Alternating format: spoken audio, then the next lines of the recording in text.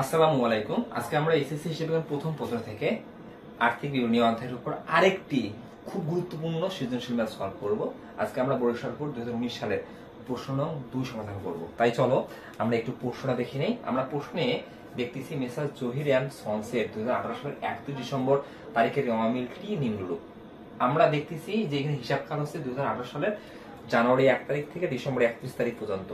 সমাপনী হচ্ছে হিসাব করে শেষের দিন হচ্ছে ডিসেম্বর 31। ডিসেম্বর 31 তারিখে এই প্রতিষ্ঠানটা নিম্নলিখিত রেওয়ামিল তৈরি করছে। এখন এক মালিকানা কারবারের আর্থিক বিবরণী অর্থাৎ হিসাব বিজ্ঞান প্রথম পত্রের আর্থিক বিবরণী মানে রেওয়ামিলের ডেবিট দিকে আছে সম্পদ ব্যয় উত্তোলন, ক্রেডিট দিকে আছে আয় দায় মূলধন। আমরা রেওয়ামিলটা না দেখে আমরা সমন্বয়গুলো একটু পড়ে নেই। সমন্বয় সমাপনী মজুত মূল্য 1,20,000 টাকা মূল্যায়ন করা হয়েছে। এর মধ্যে 20,000 টাকার আগুন ইনভেস্ট কোনো অন্তর্ভুক্ত রয়েছে। বীমা কোম্পানি ক্ষতিপূরণ বাবদ 14,000 টাকা দিতে সম্মত হয়েছে। দুই মজুরির মধ্যে 5,000 টাকা সরঞ্জাম সংস্থাপন ব্যয় অন্তর্ভুক্ত আছে। উক্ত সরঞ্জাম 1/7/2018 তারিখে ক্রয় করা হয়েছে, যার ক্রয় মূল্য 35,000 টাকা। সরঞ্জামের উপর 10% অবস্থা ধার্য করতে হবে। 3 প্রারম্ভিক মজুদের মধ্যে 2,000 টাকা অব্যবহৃত মণিহারি অন্তর্ভুক্ত রয়েছে। অন্যদিকে বছর শেষে 1,500 টাকার মণিহারি হাতে আছে। 1/7/2018 তারিখে 40,000 টাকা নতুন বিনিয়োগ করা হয়েছে। বাকিতে বিক্রয় 10,000 টাকা, বাকিতে ক্রয় 5,000 টাকা হিসাবভুক্ত হয়নি। আমরা সমন্বয়গুলো করে নিলাম। ওকে, এখন আমরা সৃজনশীল ম্যাথে চলে যাব। প্রথমে ক্রয় বের করছে বিনিয়োগের সুদ ও ব্যবহৃত মণিহারির পরিমাণ নির্ণয় করো। ক্রয়ে বলছে বিনিয়োগের সুদের পরিমাণ নির্ণয় করো, ব্যবহৃত মণিহারির পরিমাণ নির্ণয় করো। অঙ্কটা কিন্তু খুবই গুরুত্বপূর্ণ, ভেরি ভেরি ইম্পর্টেন্ট। একটু মনোযোগ দিয়ে তোমরা দেখবা। প্রথমে আমি বিনিয়োগের সুদ ও ব্যবহৃত মণিহারির পরিমাণ নির্ণয় করবো ক থেকে। তাই আমরা খাতায় লিখবো 2 নং প্রশ্নের সমাধান ক, বিনিয়োগের সুদ ও ব্যবহৃত মণিহারির পরিমাণ নির্ণয়। এখানে দুইটা পার্ট, তাই আমরা হেডিং লিখে রাখবো বিনিয়োগের সুদ ও ব্যবহৃত মণিহারির পরিমাণ নির্ণয়। প্রথমে বিনিয়োগের সুদ বের করবো। তার আগে একটু তোমাদের বেসিকটা বুঝাই। আমরা যখন একটা রেওয়ামিল প্রস্তুত করি, এই রেওয়ামিলটা প্রস্তুত করি আমরা হিসাব করে শেষের দিন। আমরা যখন স্থায়ী সম্পত্তি গুলোকে রেওয়ামিল লিপিবদ্ধ করি, হিসাব করে শেষের দিনে কত টাকার স্থায়ী সম্পত্তি আছে সেটা রেওয়ামিল লিপিবদ্ধ করি। যেহেতু আমি রেওয়ামিলটা হিসাব করে শেষের দিন তৈরি করছি, আমরা স্থায়ী সম্পদগুলা, বিশেষ করে স্থায়ী সম্পদগুলা আমরা হিসাব করে শেষের দিনে দেখবো কত টাকা আছে, সেটা কিন্তু আমি রেওয়ামিলে রেকর্ড করবো। ওকে, তাহলে এখানে বিনিয়োগের সুদ যে নির্ণয় করতে বললো, এখানে একটা সমন্বয় আছে, 4 নম্বর সমন্বয়। 1/7/2018 তারিখে 40,000 টাকা নতুন বিনিয়োগ করা হয়েছে। আমি বিনিয়োগটা কিন্তু করছি 1 জুলাই 2018, বছরের মাঝামাঝি সময়। এখন আমরা রেওয়ামিলটা কিন্তু প্রস্তুত করছি হিসাব করে শেষের দিন। আমরা দেখতেছি বিনিয়োগ আছে 10% বিনিয়োগ 1,40,000 টাকা। যেহেতু আমরা 1 জুলাই নতুন বিনিয়োগ করছি আর রেওয়ামিলটা প্রস্তুত করছি হিসাব করে শেষের দিনে, এটা খুবই গুরুত্বপূর্ণ। তার মানে ওই 40,000 টাকা যে 1 জুলাই তারিখে বিনিয়োগ করলাম, ওটা 1,40,000 টাকার মধ্যে যুক্ত আছে। এটা তোমার মাইন্ডে আগে আনতে হবে। আমরা অনেকেই দেখি, অনেক শিক্ষার্থী আছে এটা আসলে তারা গুলিয়ে ফেলে। কি ব্যাপার, আমি নতুন বিনিয়োগ করেছি 40,000 টাকা, এটা কেন এখান থেকে বাদ যাবে? একটু তুমি বোঝো বিষয়টা আগে ভালো করে। আমরা রেওয়ামিলটা কখন প্রস্তুত করছি? 2018 সালের ডিসেম্বর 31 তারিখে। তার মানে হিসাব করে শেষের দিন। তাহলে 1 জুলাই যদি বিনিয়োগ করে থাকি, তার মানে 1 জুলাই তো বছরের মাঝামাঝি সময়, তাহলে ডিসেম্বর 31 তারিখে এসে ওই 40,000 টাকা রেওয়ামিলটা যুক্ত থাকবেই। তাই তো বিনিয়োগ এখানে 1,40,000 টাকা আছে। এই 1,40,000 এর মধ্যে 1,00,000টা হচ্ছে বছরের শুরু থেকে ছিল। জুলাই মাসে 40,000 টাকা নতুন বিনিয়োগ করছি, মোট 1,40,000 টাকা জুলাই মাসে হয়েছে। তাই হিসাব করে শেষের দিন 1,40,000 টাকায় মূল্যায়ন করা হয়েছে। যখন আমি বিনিয়োগের সুদ নির্ণয় করব, আমি এখানে 2 ধরনের বিনিয়োগ পাচ্ছি। কিভাবে? জানুয়ারি 1 তারিখ থেকে ডিসেম্বর 31 তারিখ পর্যন্ত এই 12 মাস একটা টাকা আমি একজনের কাছে লাভের উপর দিছি। ওই 1 লাখের 12 মাসের আমি সুদ পাবো। আর আমি নতুন করে যে বিনিয়োগটা করছি 40,000 টাকা, সেটা জুলাই মাস থেকে সুদ পাবো। তাহলে আমি যদি সরাসরি 1,40,000 10% কেটে 12 মাসে নেই, তাহলে তো বিনিয়োগের সুদ বেশি দেখা হবে। আমাকে ভেঙে ভেঙে দেখাতে হবে। তাহলে কি করবো? আমি দেখবো বিনিয়োগের সুদ আগে আমার পুরাতন 1,00,000 টাকা, এই 1,00,000 টাকার কত পার্সেন্ট? 10%। ঐকিক নেমে গেলাম, আমি 100 দ্বারা ভাগ করলাম। তারপরে এটা কিন্তু 12 মাস, তাই এখানে মাসে নিয়ে আসবো না। যোগ আমি নতুন বিনিয়োগ করছি কত টাকা? 40,000 টাকা। সেটার কত পার্সেন্ট? 10%। আমি কবে বিনিয়োগ করছি? 1 জুলাই, তাই আমি 6 নিব, 6 মাস ডিভাইডেড বাই এই 10%-এর জন্য নিচে 100, 6 মাসের জন্য নিচে 12। তাহলে আমার 1 লাখের 10% 10,000 টাকা। আমরা নর্মালি যেভাবে কাটি, যে 1 লাখের আমি যখন 10% কাটবো, 1 লাখের 10% কিন্তু 10,000 টাকা আসবে। এখন এটা পুরাতন বিনিয়োগ, মানে জানুয়ারি 1 তারিখ থেকে ডিসেম্বর 31 তারিখ পর্যন্ত পুরো 12 মাস যার কাছে আমি টাকাটা দিচ্ছি সে তো 12 মাস টাকাটা ব্যবহার করছে, তো সে আমাকে 12 মাসের সুদ দিবে। আমি আবার নতুন করে বিনিয়োগ করছি পহেলা জুলাই, কত টাকা? 40,000 টাকা। এই 40,000-এর কত পার্সেন্ট? 10%। এই 40,000-এর 10% 4,000 পার্সেন্ট, মানে তো 12 মাস। আমি এটা বিনিয়োগ করছি কবে? পহেলা জুলাই। তাই আমি 6 মাসে ধরবো, উপরে 6 নিচে 12, তাহলে কত টাকা আসবে? 2,000। এই ক্যালকুলেশন করেও আসবে 2,000 টাকা। কিভাবে? তুমি 40,000-কে 10 দ্বারা গুণ করো, 6 দ্বারা গুণ করো, ভাগ দাও 100, ভাগ দাও 12, তোমার 2,000 টাকায় আসবে। তাহলে মোট বিনিয়োগের সুদ হবে 12,000 টাকা। এটা আমি তোমাকে ভেঙ্গে বুঝাইলাম, বুঝতে পারছো বিষয়টা? আমি ভেঙ্গে ভেঙ্গে বুঝাইলাম। লেখার সময় আমি এক্স্যাক্টলি নিয়মটা লেখালাম যে 1 লাখের 10%, ঐকিক নিয়ম কি 1 লাখকে 100 দ্বারা ভাগ করতে হবে, 10 দিয়ে গুণ করতে হবে। যেহেতু 12 মাস, তাই কোনো মাসের বালাই নাই। এখানে 40,000, 40,000 10%, উপরে 10 নিচে 100, এখানে মাসের হিসাব আছে। আমি যে টাকাটা পাবো, এই যে 4,000, এটা 12 মাসের, 12 দিয়ে ভাগ করবো, 6 দিয়ে গুণ করবো, তাহলে আমি 2,000 টাকা পাবো 6 মাসের। তাহলে মোট বিনিয়োগের সুদ কত? এই 12,000 টাকা। আমি খুব সহজে পেয়ে গেলাম। ওকে ওকে, এটা আমাদের ডান। এরপর আমাকে কি বার করতে বলছে? ব্যবহৃত মণিহারির পরিমাণ। এটা কেন নির্ণয় করতে বলছে? অবশ্যই কারণ আছে। ব্যবহৃত মণিহারির পরিমাণ, কারণ এখানে প্রারম্ভিক মণিহারি আছে, সমাপনী মণিহারি আছে। আমরা সমন্বয় একে দেখতেছি। দেখো, প্রারম্ভিক মজুদের মধ্যে 2,000 টাকার অব্যবহৃত মণিহারি অন্তর্ভুক্ত আছে। তাহলে আমি যখন দেখবো প্রারম্ভিক মজুদ পণ্যের মধ্যে প্রারম্ভিক মণিহারি অব্যবহৃত আছে, প্রারম্ভিক মণিহারি নামে আমরা জানি। তাহলে আমরা যখন ব্যবহৃত মণিহারি দেখবো, আমরা প্রারম্ভিক মণিহারি দেখতেছি 2,000 টাকা, অন্যদিকে বছর শেষে 1,500 টাকার মণিহারি হাতে আছে। দেখছো, সমাপনী মণিহারি আছে 1,500 টাকা। তাহলে প্রারম্ভিক মণিহারি আছে, সমাপনী মণিহারি আছে, আবার রেওয়া মিলে মণিহারি ক্রয় আছে, অর্থাৎ রেওয়া মিলে যেটা মণিহারি থেকে মণিহারি ক্রয়। এখন আমি এখান থেকে ব্যবহৃত মণিহারি বাইর করবো কিভাবে? দেখো, প্রারম্ভিক মণিহারি আমি লিখবো, প্রারম্ভিক মণিহারি। প্রারম্ভিক মণিহারি মানে কি? বছরের শুরুতে আমার যে মণিহারি ছিল, যোগ লিখবো ক্রয়। আমরা ব্যবহার করার জন্য যে মণিহারি কিনছি, রেওয়া মিলে যে মণিহারি আছে, এটাকে বলা হয় ক্রয়। যদি আবার বকেয়া থাকে, বকেয়াটাও যোগ করব, মাইনাস করব সমাপনী মণিহারি। সমাপনী মণিহারি, সমাপনীটা বিয়োগ করব, সমাপনী মণিহারি আমরা বিয়োগ করব। তাহলে প্রারম্ভিক মণিহারি আর ক্রয় এই দুটো যোগ করলে ব্যবহারযোগ্য মণিহারি পাই। তাহলে আমাদের বছরের শুরুতে মণিহারি ছিল 2,000, আমি এই বছরে আরো মণিহারি ক্রয় করছি 8,000। তাহলে আমার প্রতিষ্ঠানে মোট ব্যবহারযোগ্য মণিহারি কত? 10,000। এটা ব্যবহারযোগ্য মণিহারি, কারণ মণিহারি আমরা কেন কিনি?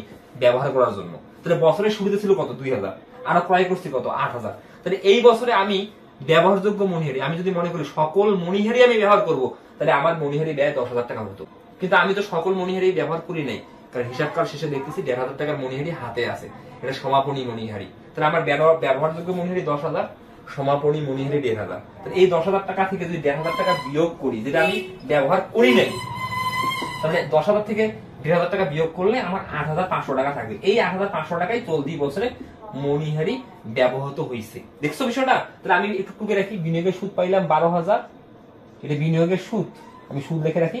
আর ব্যবহৃত মণিহারি পেলাম 8,500, এটা ব্যবহৃত মণিহারি সংক্ষেপে লিখে রাখি। ওকে, এটা আমাদের কিন্তু আবার পরবর্তীতে লাগবে। তাহলে আমরা কটা কিন্তু খুব সহজে পেয়ে গেলাম। এটা আরেকটা বিষয় তোমাকে বুঝাই, যদি কয়ে তোমাকে অবসর পরিমাণ নির্ণয় করতে বলতো, এটাও কিন্তু একটু ইম্পর্টেন্ট। আমি বারবার যে জিনিসটা বলতেছি, দেখো, মজুরির মধ্যে 5,000 টাকা সরঞ্জাম সংস্থাপন, দেখো 5,000 টাকার সরঞ্জাম সংস্থাপন অন্তর্ভুক্ত আছে। উক্ত সরঞ্জাম 1/7/2018 তারিখে ক্রয় করা হয়েছে, যার ক্রয় মূল্য 45,000 টাকা।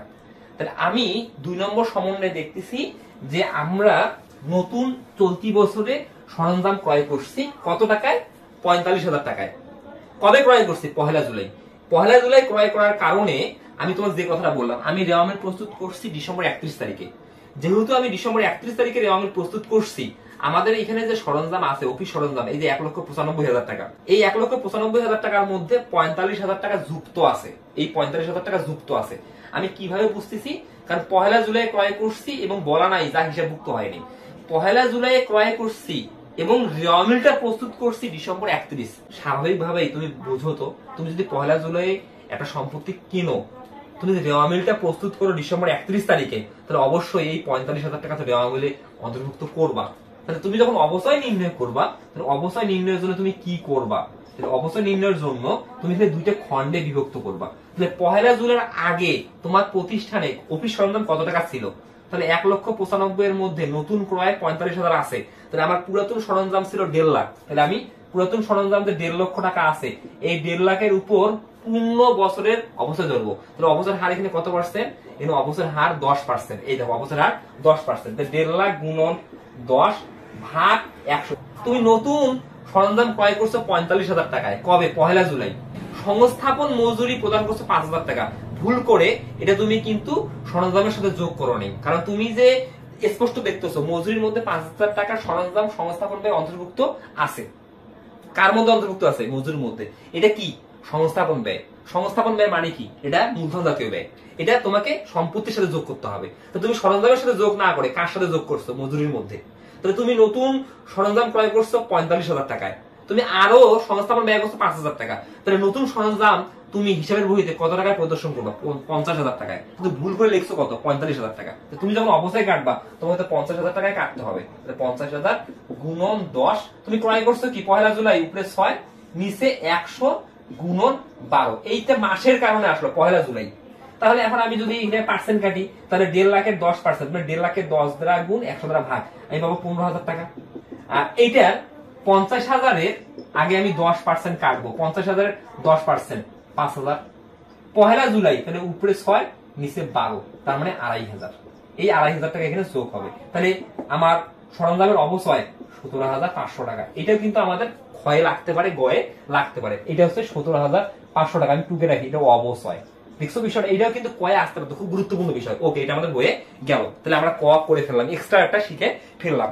ওকে, এখন আমরা খ করবো। ক্ষয় কি বলছে? 31 ডিসেম্বর 2018 তারিখে সমাপ্ত বছরে মোট লাভ নির্ণয় করো। তাহলে আমরা মোট লাভ কোথায় নির্ণয় করি? আয় বিবরণী প্রস্তুত করার মাধ্যমে।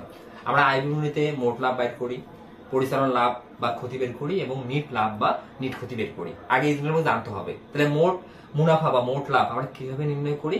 পরিচালন আয় থেকে বিক্রিত পণ্যের ব্যয় বিয়োগ করে। তাই আমরা লিখবো খ, মোট লাভ বা ক্ষতির পরিমাণ নির্ণয়, বিবরণ টাকা টাকা টাকা। প্রথমে লিখবো পরিচালন আয়। পরিচালন আয় বলতে আমরা লিখবো বিক্রয়। তাহলে আমরা সমন্বয়ে দেখবো বিক্রয় কত টাকা আছে, এটা আগে আমরা দেখে নিব। আমরা দেখতেছি আমাদের বিক্রয় আছে 6,16,000 টাকা। এখন বিক্রয় থেকে বিক্রয় ফেরত, বিক্রয় বার্তা থাকলে বাদ যাবে। আমরা দেখতেছি নেই। আমরা সমন্বয়ে বিক্রয় রিলেটেড কি কোনো কিছু পাইছি? আমরা সমন্বয়ে বিক্রয় রিলেটেড কোনো কিছু পাইছি কিনা দেখবো। হ্যাঁ, পাইছি। সমন্বয় 5-এ বাকিতে বিক্রয় 10,000 টাকা আছে। তাহলে আমি বিক্রয় এখানে রেওয়ামলে যেটা লিখতেছি 6,16,000 টাকা, এটা নিট না। তাহলে বিক্রয় প্রথম বইয়ে লিখবো 6,16,000 টাকা। এই 6,16,000 টাকার সাথে আমরা লিখবো আমাদের সমন্বয়ে বাকিতে বিক্রয় আছে। হ্যাঁ, বাকিতে বিক্রয়, বাকিতে বিক্রয়, অলিখিত বিক্রয় আমার বিক্রয়ের সাথে যোগ হবে। ওকে, তাহলে বাকিতে বিক্রয় আমরা কত টাকা দেখতেছি? বাকিতে বিক্রয় আমাদের সমন্বয় আছে, বাকিতে বিক্রয় কত টাকা আছে? সমন্বয় নম্বর একদম শেষে 10,000 টাকা আছে। এই 10,000 টাকা এখানে আমরা যোগ করব। তাহলে আমাদের নিট বিক্রয় কত? 6,26,000 টাকা, কারণ বিক্রয় রিলেটেড আর কোনো কাজ নেই।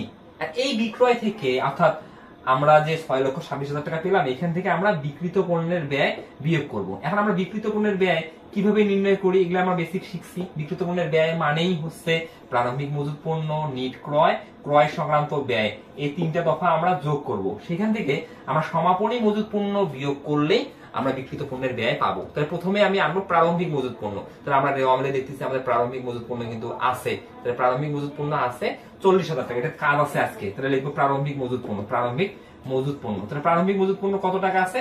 প্রারম্ভিক মজুত পণ্য 40,000 টাকা আছে প্রথম ঘরে। কেন প্রথম ঘরে লিখলাম?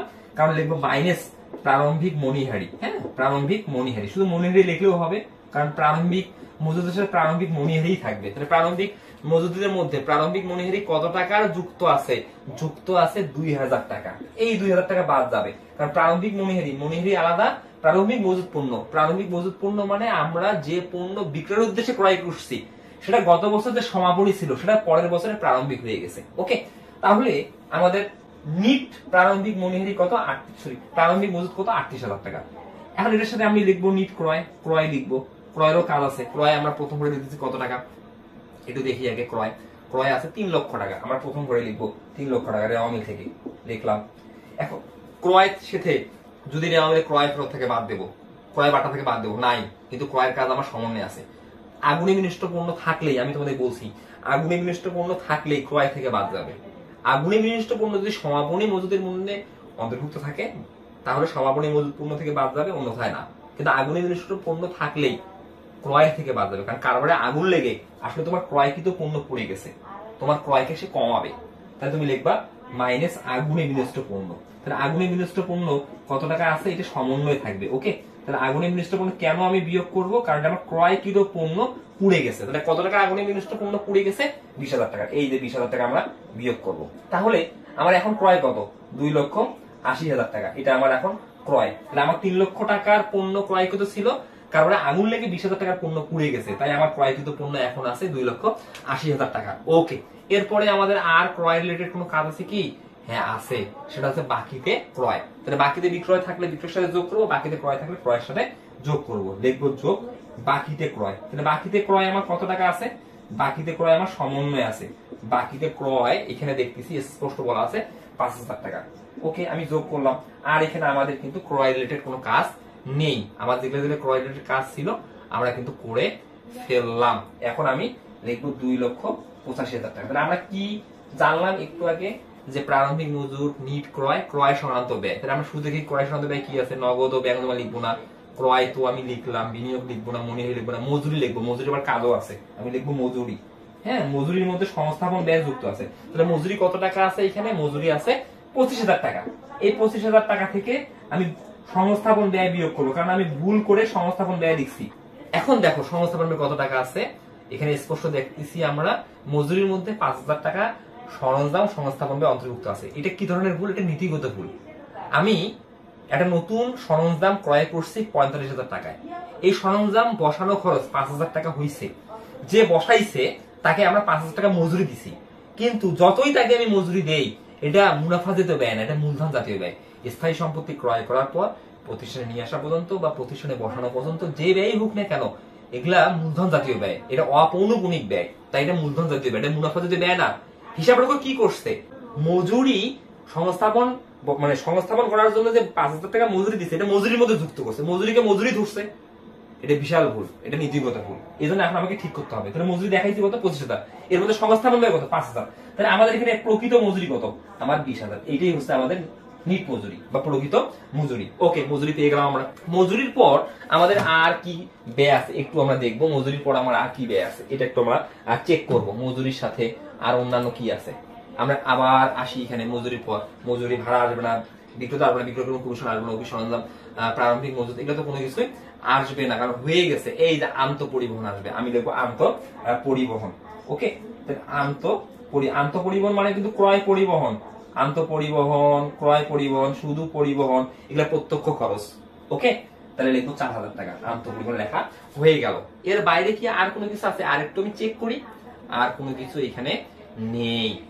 যেহেতু নেই, আমি এখন এগুলা টাকাকে যোগ করব। একটু শিওর হওয়া ভালো। আমি যোগ করি। এখন আমরা একে একে যোগ করব। তাহলে আমরা যোগ করব 38,000 টাকা, আমি যোগ করব 2,85,000 টাকা, আমি যোগ করব 24,000 টাকা। একবার 24,000 টাকা দিলাম, আমি পাবো 3,47,000 টাকা। এই 3,47,000 টাকা হিসাব বিজ্ঞানে বিক্রয়যোগ্য পণ্যের ব্যয়। আমি কিন্তু বাইর করতেছি বিক্রিত পণ্যের ব্যয়। আমি যখন এই তিনটা দফা যোগ করব, প্রারম্ভিক মজুত পণ্য, নিট ক্রয়, ক্রয় সংক্রান্ত ব্যয়, এই তিনটা দফা যোগ করে আমি এই যে টাকাটা পেলাম, এটাকে আমরা হিসাব বিজ্ঞানের ভাষায় বলবো বিক্রয়যোগ্য পণ্যের ব্যয়। বিক্রয়যোগ্য পণ্যের ব্যয় থেকে আমি বিয়োগ করব সমাপনী মজুত পণ্য। আমি যদি সমাপনী মজুত পণ্য বিয়োগ করি, আমি যে টাকাটা পাবো এটাই হচ্ছে বিক্রিত পণ্যের ব্যয়। এখন আমাদের সমাপনী মজুত পণ্য কত আছে? এখানে একটু কাজ আছে, ওই কাজটা তোমাকে ব্র্যাকেটে করে নিতে হবে। সমাপনী মজুত পণ্য আছে 1,20,000 টাকা, যার মধ্যে 20,000 টাকা আগুনীয় বিনষ্ট পণ্য অন্তর্ভুক্ত আছে। তাহলে সমাপনী মজুত পণ্য ব্র্যাকেটে 1,20,000 টাকা দেখা পায়, সেখান থেকে 20,000 টাকা বাদ দিবা, দিলে 1,00,000 টাকা থাকে। আমি একবারে সরাসরি দিলাম 1,00,000 টাকা। তাহলে সমাপনী মজুত পণ্য আমাদের এখানে কিন্তু প্রকৃত 1,00,000 টাকা। তাহলে আমার বিক্রয়যোগ্য পণ্যের ব্যয় 3,47,000 টাকা, সমাপনী মজুত পণ্য 1,00,000 টাকা বাদ দিলে আমরা বিক্রিত পণ্যের ব্যয় পাবো 2,47,000 টাকা। তার মানে এটা কি? আমি এই বছর 2,47,000 টাকার পণ্য 6,26,000 টাকায় বিক্রি করছি। তাহলে আমি যদি 6,26,000 টাকা থেকে 2,47,000 টাকা বিয়োগ করি, তাহলে আমি মোট মুনাফা পাবো 3,79,000 টাকা। এই 3,79,000 টাকা হচ্ছে চলতি বছরে আমাদের মোট মুনাফা, অর্থাৎ আমাদের মোট মুনাফা। এখন এখানে একটা জিনিস তোমাকে বলে দেই, আমাকে কিন্তু ক্ষয়ে মোট মুনাফা পর্যন্ত নির্ণয় করতে বলছে, গয়ে আমাকে আর্থিক অবস্থার বিবরণী প্রস্তুত করতে বলছে। আমাকে কিন্তু মোট মুনাফা থেকে পরে নিট মুনাফা নির্ণয় করতে বলে নাই। এখানে একটা ইম্পর্টেন্ট বিষয় আছে। আমরা যখন মোট মুনাফা থেকে, মোট মুনাফা তো আমরা এখানে 3,79,000 টাকা পেলাম, আমরা মোট মুনাফা থেকে কি করি? পরিচালন ব্যয় বিয়োগ করি। পরিচালন ব্যয় বিয়োগ করে আমরা পরিচালন মুনাফা বা ক্ষতি পাই। তার সাথে আমরা অপরিচালন আয় যোগ করি, অপরিচালন ব্যয় বিয়োগ করি। আমরা লিখি অপরিচালন ব্যয়। এখানে কিন্তু খুব গুরুত্বপূর্ণ একটা বিষয় আছে, আমি লিখি কি বাদ অপরিচালন ব্যয়। আর অপরিচালন ব্যয়ের মধ্যে আমরা নরমালি কি আনি, প্রায় প্রত্যেকটা অঙ্কে ঋণের সুদ আনি। কিন্তু ঋণের সুদের বাইরেও আমাদের প্রতিনিয়ত আরেকটা অপরিচালন ব্যয় আমরা দেখি, সেটা হচ্ছে আগুনে বিনষ্ট পণ্য। এই আগুনে বিনষ্ট পণ্য দেখো কয়েক জায়গায় ইফেক্ট হচ্ছে। আগুনে বিনষ্ট পণ্য থাকলেই আমরা ক্রয় থেকে বিয়োগ করব, আগুনে বিনষ্ট পণ্য থাকলেই আমরা অপরিচালন ব্যয় দেখাবো। এই দুটো নিয়ম কম্পালসারি। আগুনে বিনষ্ট পণ্য থাকলে ক্রয় থেকে বিয়োগ হবে, আগুনে বিনষ্ট পণ্য থাকলে এটা অপরিচালন ব্যয়। এখন সমাপনী মজুদ পণ্যের মধ্যে যদি আগুনে বিনষ্ট পণ্য অন্তর্ভুক্ত থাকে, তাহলে সমাপনী মজুদ পণ্য থেকে আগুনে বিনষ্ট পণ্য বিয়োগ করে আমরা সমাপনী মজুদ পণ্য মূল্যায়ন করব। কিন্তু আগুনে বিনষ্ট পণ্যের অরিজিনালি কাজ দুইটা কি কি, একটা ক্রয় থেকে বিয়োগ করা, একটা অপরিচালন ব্যয় হিসেবে দেখা। এখন আগুনে বিনষ্ট পণ্য তোমার যে 20,000 টাকা আছে, তোমার প্রতিষ্ঠানটা অগ্নি বীমা করা ছিল। এখন তোমার প্রতিষ্ঠান যদি অগ্নি বীমা করা থাকে, তখন বীমা কোম্পানি তোমাকে ক্ষতিপূরণ দিবে। তা তোমার আগুন লেগে পুড়ে গেছে 20,000 টাকা, বীমা কোম্পানি তোমাকে ক্ষতিপূরণ দিতে চাইছে 14,000 টাকা। তাহলে তোমার এখানে ক্ষতিটা রিকভার হয়েছে। তাহলে অপরিচালন ব্যয়ে তুমি এখানে আগুনে বিনষ্ট জনিত ক্ষতি এই কথাটা লিখবা। হ্যাঁ, আগুনে বিনষ্ট জনিত ক্ষতি 20,000 মাইনাস 14,000। তাহলে আগুনে বিনষ্ট জনিত ক্ষতি তুমি একদম তৃতীয় ঘরে দিবে 6,000। এটা কিন্তু অপরিচালন ব্যয়, এটা খুবই গুরুত্বপূর্ণ।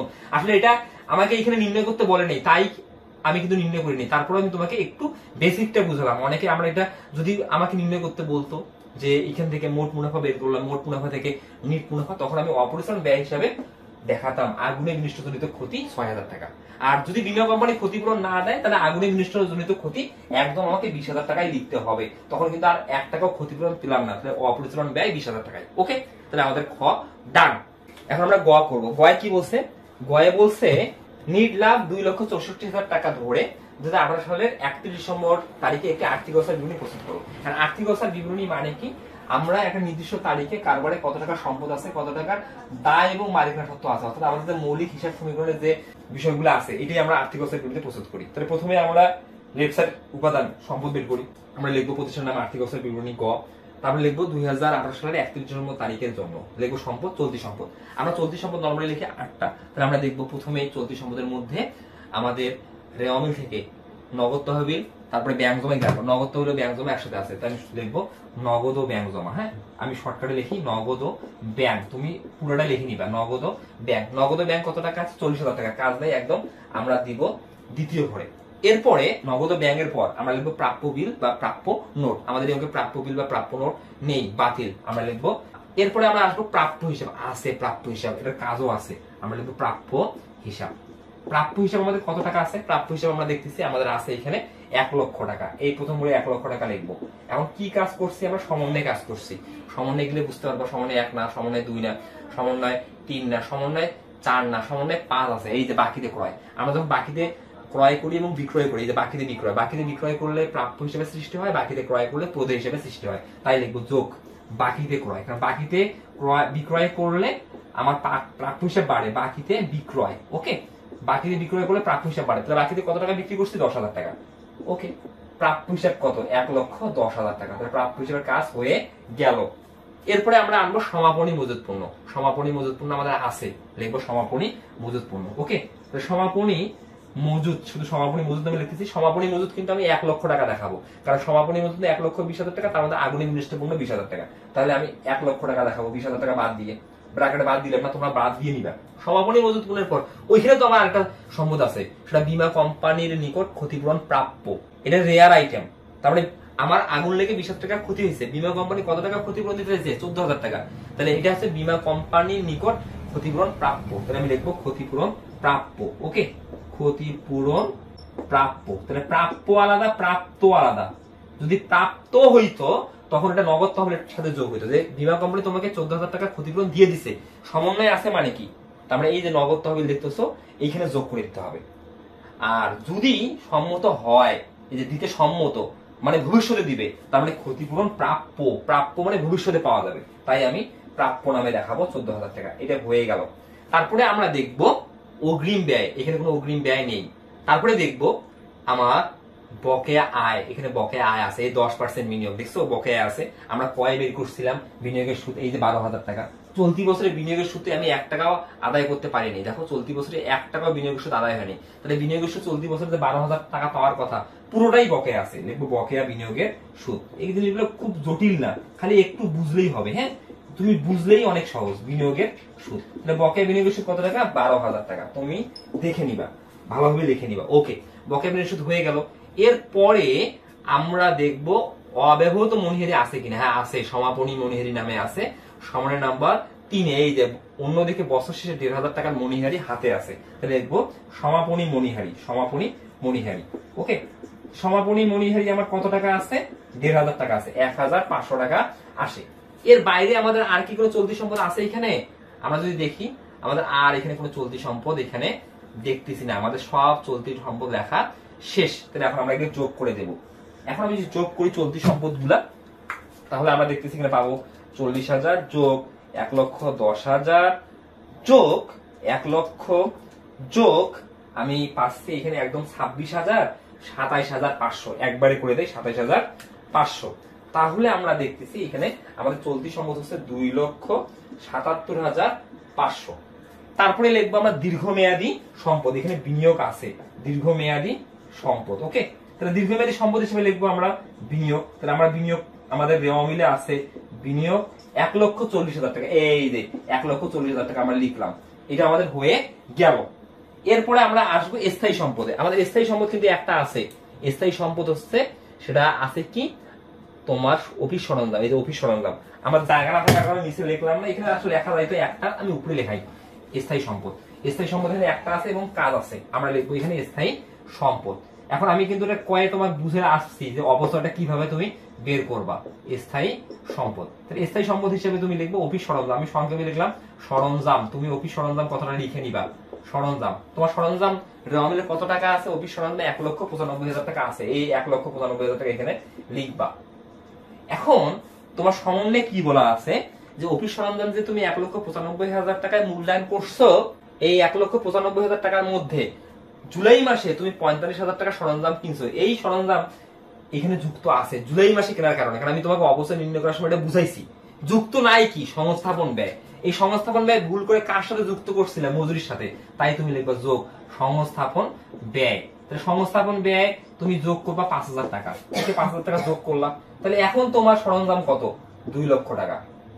এখান থেকে তুমি এখন কি করবা? পুঞ্জীবিত অবস্থায় বিয়োগ করবা। ওকে, পুঞ্জীবিত অবস্থায় তুমি বিয়োগ করবা। এখন পুঞ্জীবিত অবস্থায় তোমার তো দুই জায়গা থেকে আসবে, রেওয়া মিল এবং সমন্বয়। এখানে রেওয়া মিলে নাই, সমন্বয়। এখন পুঞ্জীবিত অবস্থায় তুমি কয়েক কেটে রাখছো, এই দেখো 17,500 তুমি কেটে রাখছো 17,500। আমি কিন্তু এটা বুঝাইলাম না, আমি কিন্তু এটা তখনই বুঝে রাখছি অবস্থাটা তুমি কিভাবে বের করবা।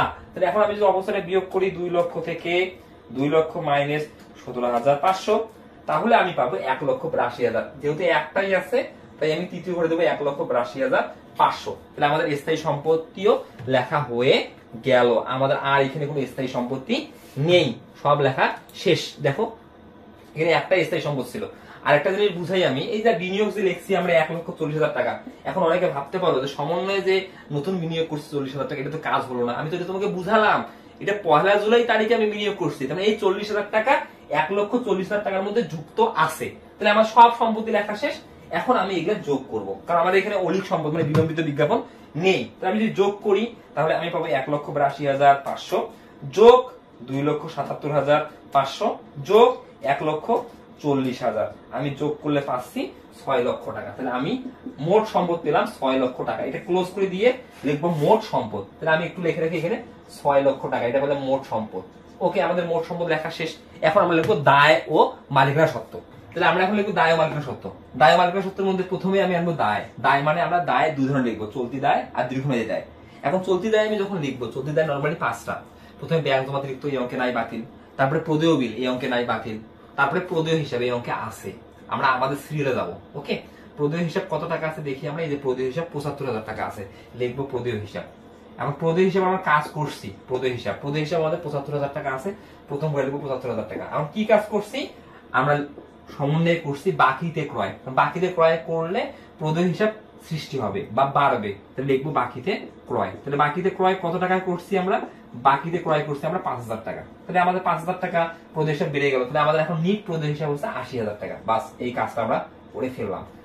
তারপরে আমরা আসবো বকেয়া ব্যয়, কোনো ব্যয় কি বকেয়া আছে এটা দেখবো আমরা, কোনো ব্যয় বকেয়া আছে কিনা আমরা সমন্বয় দেখলে পাবো। আমরা দেখতেছি এখানে কোনো ব্যয় বকেয়া নেই, সমন্বয়ে গিয়ে যাই আমরা কোনো ব্যয় বকেয়া আছে কিনা, 1 না নাই, 2 না নাই, 3 আসলে নাই, তাহলে কোনো ব্যয় বকেয়া এখানে নাই।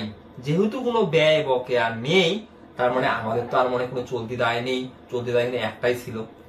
আর কিছু আরেকটু আমি চেক করি, প্রদেয় হিসাব ব্যতীত আর কি চলতি দায় আছে, এখানে প্রদেয় হিসাব ব্যতীত আর কোনো চলতি দায় নেই। তাহলে এই টাকাটা আমাকে সরাসরি তৃতীয় ঘরে দিতে হবে, কারণ একটাই যে আছে এই জন্য সরাসরি তৃতীয় ঘরে দেবো। তারপরে দীর্ঘমেয়াদী দায়, এই অঙ্কে কিন্তু ঋণ নাই, বাতিল। এখন আমি লিখবো মালিকানা সত্ত্ব। ওকে, আমরা লিখবো মালিকানা সত্ত্ব।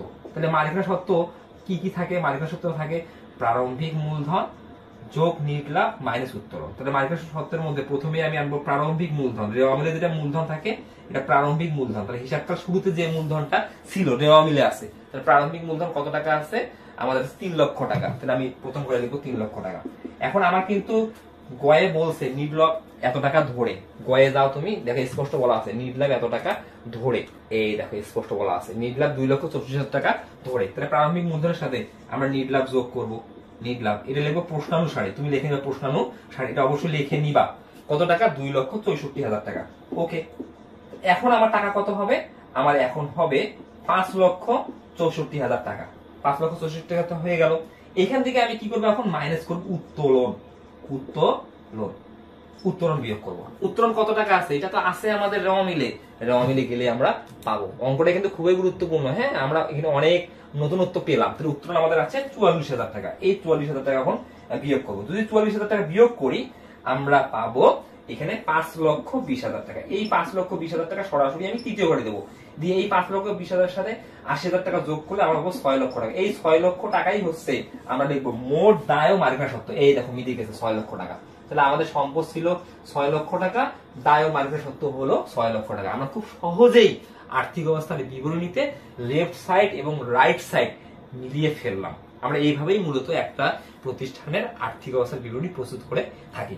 আজকের এই অঙ্কটা খুবই গুরুত্বপূর্ণ, অবশ্যই তোমরা অঙ্কটা ভালোভাবে দেখবা, যেহেতু এখানে অনেক নতুনত্ব বিষয় আছে। যদি তোমাদের বুঝতে সমস্যা হয় অবশ্যই তোমরা কমেন্টে জানাবা, আমি চেষ্টা করব যাতে তোমাদের উত্তরগুলো দিতে পারি।